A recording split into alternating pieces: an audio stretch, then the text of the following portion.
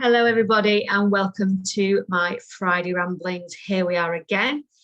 So today, instead of me waffling on and just hearing my dulcet tones, I've got a guest on with me today. And if you've listened to my recent podcasts about emotional eating and cravings, then you will recognise the name Dr Victoria Baxter. So hi, Victoria. Nice Hello. to see you again. Yes, you too, Michelle, as always. Good, thank you. Good. So today what I'm going to do, I had a question from one of our listeners when she listened to the podcast. So I'm going to address that question if that's okay. Absolutely, yeah. So what she asked was, when you're doing really well, when you got the rhythm of a healthy eating plan, and then something happens, like an illness in the family or something to that kind of something traumatic to yourself that's going to cause you some kind of disruption or some emotional problems, then you revert back to bad habits and forget about the good habits that you've put in place. So have you got any kind of tips or advice about dealing with that when that happens? Yeah, absolutely. Because as you can imagine, that is such a common experience, really. People talk to me about it all the time, and personally, it's something I go through, on a semi-frequent kind of basis. So I can completely relate to that description and that question. It's a really good question. I guess there's a few places that my head goes when I'm hearing the question. The first thing I want to say is just my gut reaction is to kind of say, don't be too hard on yourself. Like that is the way our brains are designed. We are made for homeostasis as human beings, and so naturally that is what will happen when we are faced with extreme stress, like you say, if it's something really quite traumatic and really that rocks everything. It is what will happen. And I suppose in a way, trying to fight against that or resist that is possibly only going to maybe add to the pressure and add to the stress, which will only then make things even harder. So by maybe having an understanding that that's quite normal, and that is actually how our brains are designed to work, is to try and bring us back to our default. That's what our brains like to do. I would hope that might take the pressure off a little bit, so that somebody can be kind to themselves if and when that happens, and understand why, and understand that that's okay. And like I said, take a bit of the pressure off and know that when we're going through something really, really difficult, it's okay if we behave in ways that maybe are less than ideal in other areas of our life. So we might have been working really hard on our nutrition, on our health and well-being. Like, I love the way you put, like, got into a good rhythm with new habits. That might have been where we were at and enjoying that. And then we get thrown from it, and it can feel really, really soul destroying, especially if maybe the benefits that you were seeing start to change. You maybe lose a little of those benefits. It can be really, really hard, and often it will throw someone to a place of maybe hitting their self-esteem or their mood.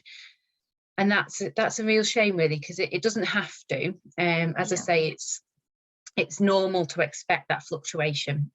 So with knowing that maybe that's normal, and maybe being able to be kind to yourself and accept that that's going to happen at times in life, you can take a bit of the pressure off. But also what you can do from a place of accepting that's what's happened, okay, that's how it is, you can then get yourself back fairly quickly and easily, much easier than if you continue to struggle and beat yourself up about what's happened.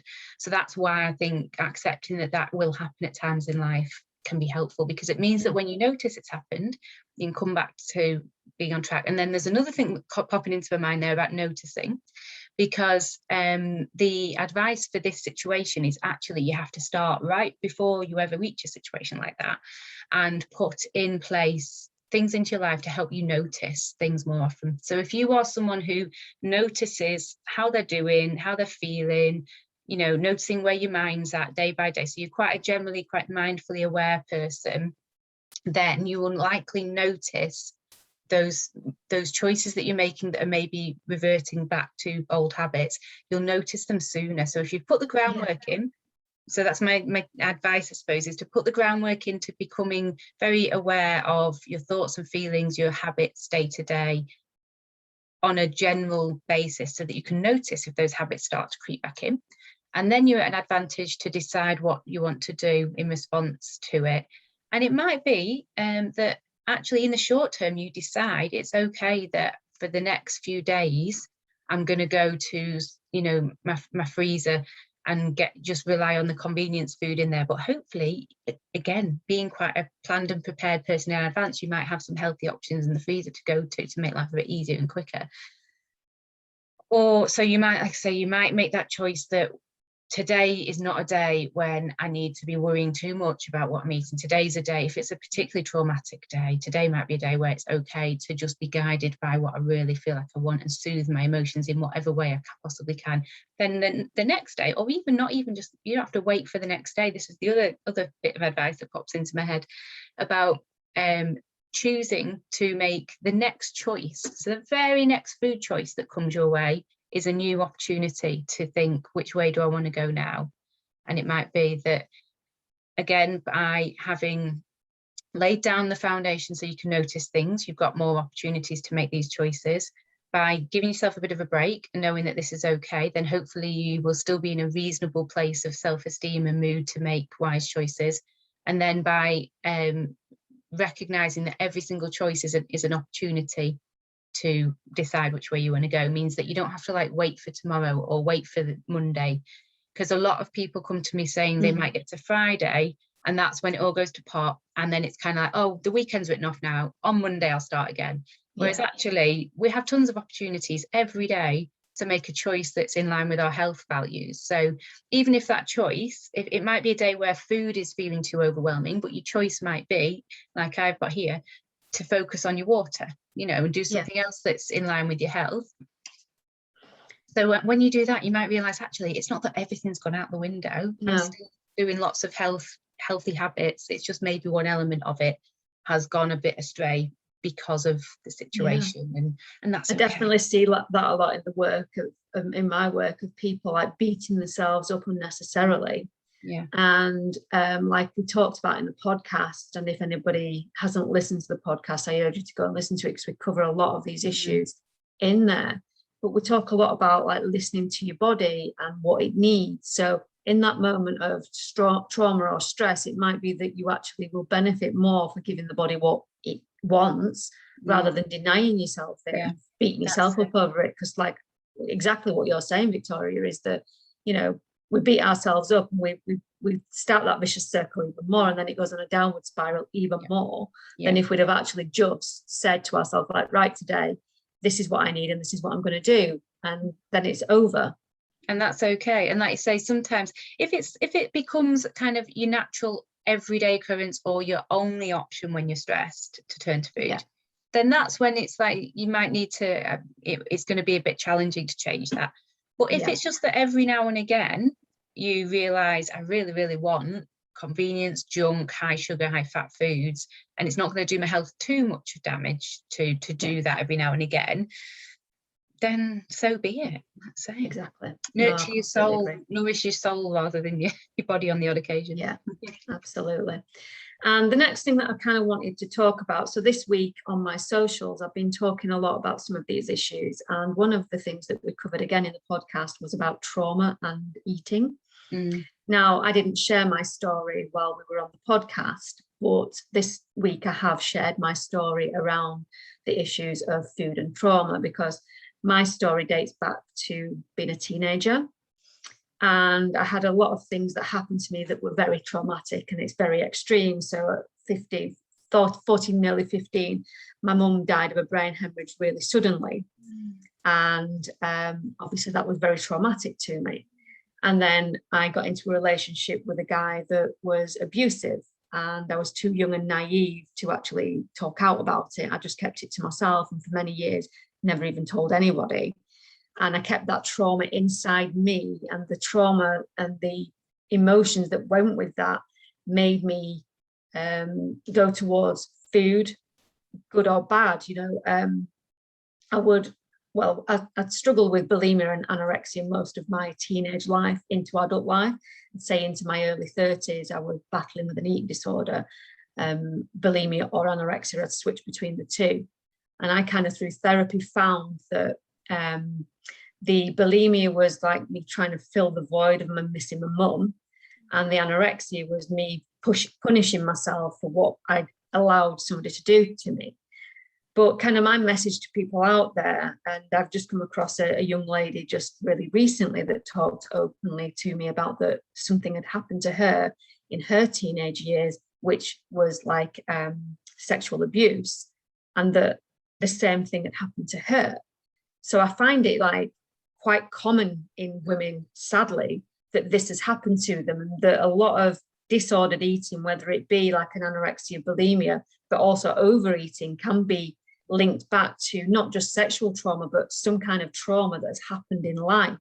So I just wanted your kind of viewpoint on that, Victoria, and me sharing my stories about me wanting like sympathy. I've kind of dealt with all of this stuff now. And I just want to put my message out there so that it maybe will help other women to come forward, not come forward to me, but to come forward and get the help that they may need in this kind of area. Yeah, absolutely. Absolutely.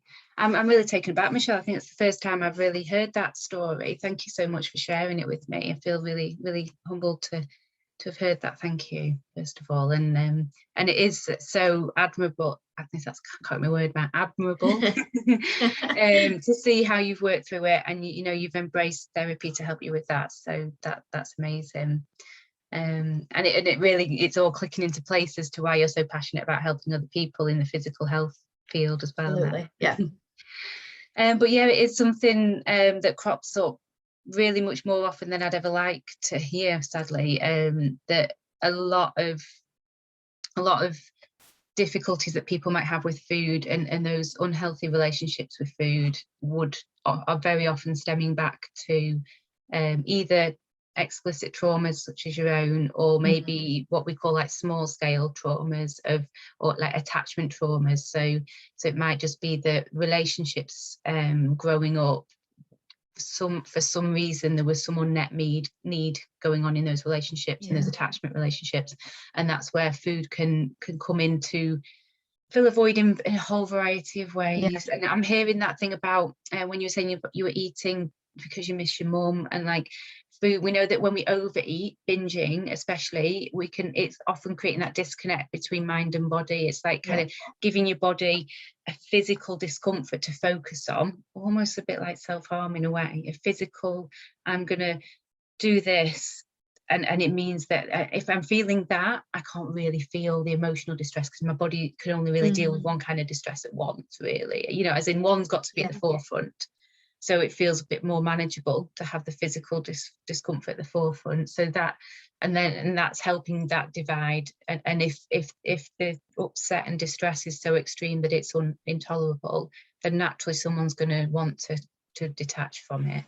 So that is something I've come across a few times. And then and like you say, then there's complexities of kind of punishing ourselves again, like through almost like an act of self-harm to punish ourselves, and then it can be an escape as well, you know, like throwing yourself into, so if it's something that food is seen as pleasurable and soothing, it can dampen down threatening emotions and act as like an escape, in the same way that someone might immerse themselves into a film or something like that, or video games, and become almost, you know how you hear of people getting addicted to video games, it can be a similar thing, you know, because when we're eating, there's all that chemical reaction going on.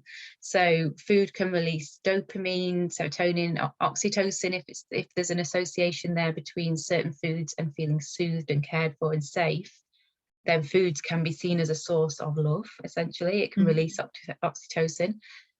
So we can use food. Food can manipulate our brain chemistry basically so well that we learn to use it to get a need met in some way. And any of us are susceptible to this in a variety of different ways. So it's not always a case of, I'm not saying every difficult relationship with food is because of negative things in your past, but pretty much every relationship with food where it's complicated is probably because we've learned to use food to regulate something for us and meet a need in some way, even if it's a positive thing. Like I say, we might have an association that food is about fun, it's about love, it's about celebration, and that gives us a bit of a high, and we strive after that because we like it and it feels good and it's quite addictive. So yeah, it crops up in so many different ways. But thank you so much for sharing your experience. And no, as I say, it's just about me raising awareness and helping other women to come forward and talk about that, because you know, I'm quite spiritual, and I believe I went through those experiences for something. And if it's to help people, then, you know, Yeah. then it's been for something. I used to hear that a lot in, sorry, because my mental health experience, and I very recently moved from mental health into physical health in my NHS role. And I used to hear that a lot in mental health, in trauma therapies where I worked. And we call it like post-traumatic growth as well. I don't know if that's a concept you've heard of, but like that idea of through trauma we can grow. Yeah, absolutely. Yeah. Yeah, it definitely makes you learn a lot about yourself and your own resilience. Yeah. And your ability to come back. And, you know, I often, like, you know, when you're having one of those down days and you think, oh, you know, it's a bit crap and all this lot, but then you kind of look back and you realize how far you've come. Yeah. And what you've actually come through. And it just makes life like, wow, you know, I've got a mission to do, and I'm gonna get out there and do it. So yeah, that's for me why I like to overshare sometimes, but definitely. And my work with endometriosis as well, you know, there's a lot of links as well. I don't know if you've come across this in what you do with trauma as well. Yeah, actually, yeah. And yeah, we just the other day in the pain management service where we're now, we were talking about kind of those links between trauma and pelvic pain specifically and such. Yeah, absolutely. So I think as well, you know, it's not a proven thing. I've not read that many papers on the link between like sexual abuse and endometriosis, but I think that myself, like with the women I've spoken to, that there may well be a link between the two. Yeah, yeah. If you were to Google around pelvic pain more widely, I think you'd find quite a big evidence base there. Yeah. Totally. So yeah, if you want to have a listen to our podcast, we talk about all different kinds of stuff on there. I think it goes on for about 40 minutes, does it? Yeah, I think it was 40, 45 minutes. We had a proper good chat on there. So again, I just wanted to get Victoria on just to answer any questions that you might have had after the podcast, and also to just give her a face to the voice. And obviously I'll put some links in the comment box underneath about where you can find Victoria. She's got a brilliant Facebook group called Live Well, Eat Well. Sorry, go on. It's my brand is Love Food, Live Well. And then, so that's my page. And then there's a group off it called Love Food, Live Well, Mindful Mouthfuls, which is the fun group. Yeah. Yeah, it's really great group actually. I get a lot from it myself. I've been in there a few weeks now, and there's some amazing stuff in it. It's just fun, isn't it? It's nothing pressured or heavy. It's just fun with food. Exactly. It's what it's all about, isn't it? Yeah.